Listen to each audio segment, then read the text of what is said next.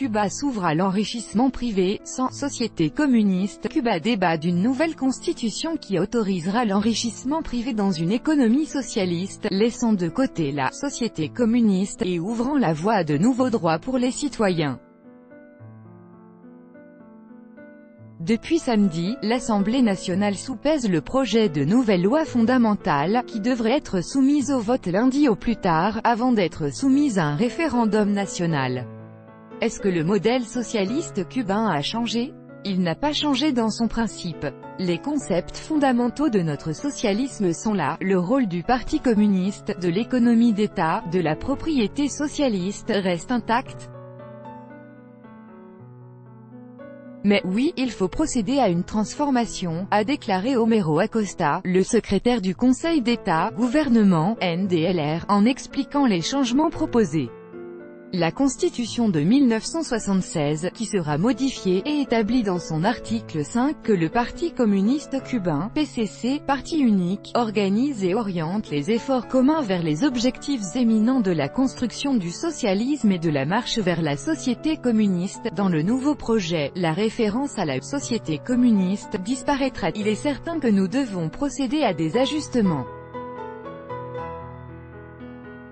Et ceci est le résultat de ce projet, parce que la société a changé, que l'économie a changé, et ceci doit se refléter dans la Constitution, a ajouté Homero Acosta, qui se tenait aux côtés du président cubain, Miguel Díaz-Canel, à la table de la présidence du débat.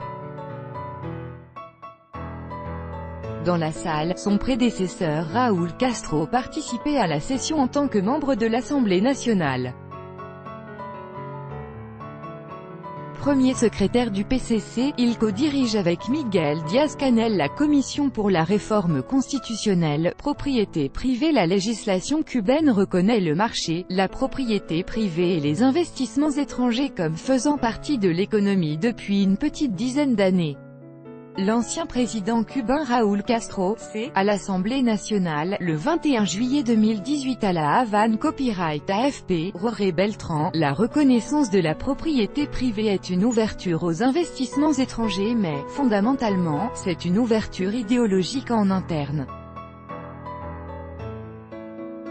Il s'agit de penser l'économie cubaine comme une économie mixte, avec de possibles intégrations entre différents secteurs et le secteur privé, a expliqué à l'AFP l'analyste politique cubain Arturo López Levi, professeur à l'université américaine de Texas Rio Grande Valley. Les réformes économiques initiées en 2008 par Raúl Castro se donnent pour objectif de parvenir à un modèle de pays indépendant, souverain, socialiste, démocratique, prospère et durable, selon leur formulation. Actuellement, le secteur privé cubain compte quelque 591 000 personnes qui fournissent 13% du PIB national. On ne peut pas ignorer le rôle du marché, la propriété, comme résultat des ajustements de notre modèle économique et social, existe, a souligné Homero Acosta, ajoutant que ceci pouvait ouvrir la voie à la reconnaissance légale d'entreprises petites et moyennes. Sans renoncer pour autant à la capacité régulatrice de direction et de contrôle de l'État, a-t-il ajouté, reconnaissant que cet investissement ouvrira la voie à la génération de richesse. Ce n'est pas la richesse qui est liée à la prospérité qu'il faut limiter, mais la concentration de richesse, a-t-il estimé, selon lui. Les nouvelles lois à venir ne permettront aux citoyens d'obtenir qu'une seule autorisation pour ouvrir un commerce, couple unisexe. La Constitution préparera également la voie aux couples de même sexe, une revendication importante de la communauté LGBT, dont la fille de Raúl Castro, Mariela, est une des leaders.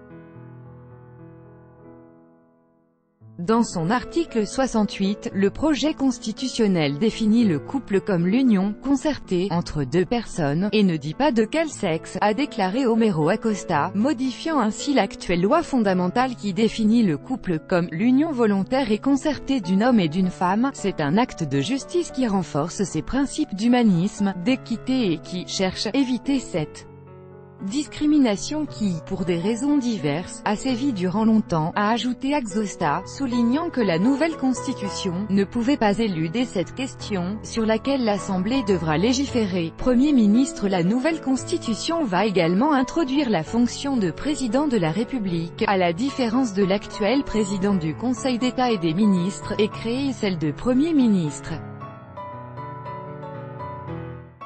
Elle limitera à 60 ans l'âge pour être candidat à la présidence, et ce pour un mandat de 5 ans, avec possibilité d'un second mandat dans la foulée.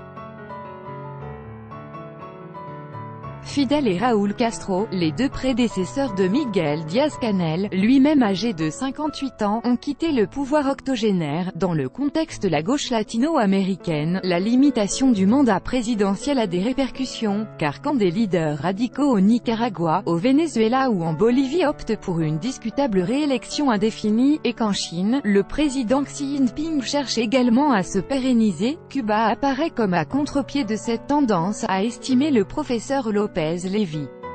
Tout droit de reproduction et de représentation réservé, copyright 2018, Agence France Presse.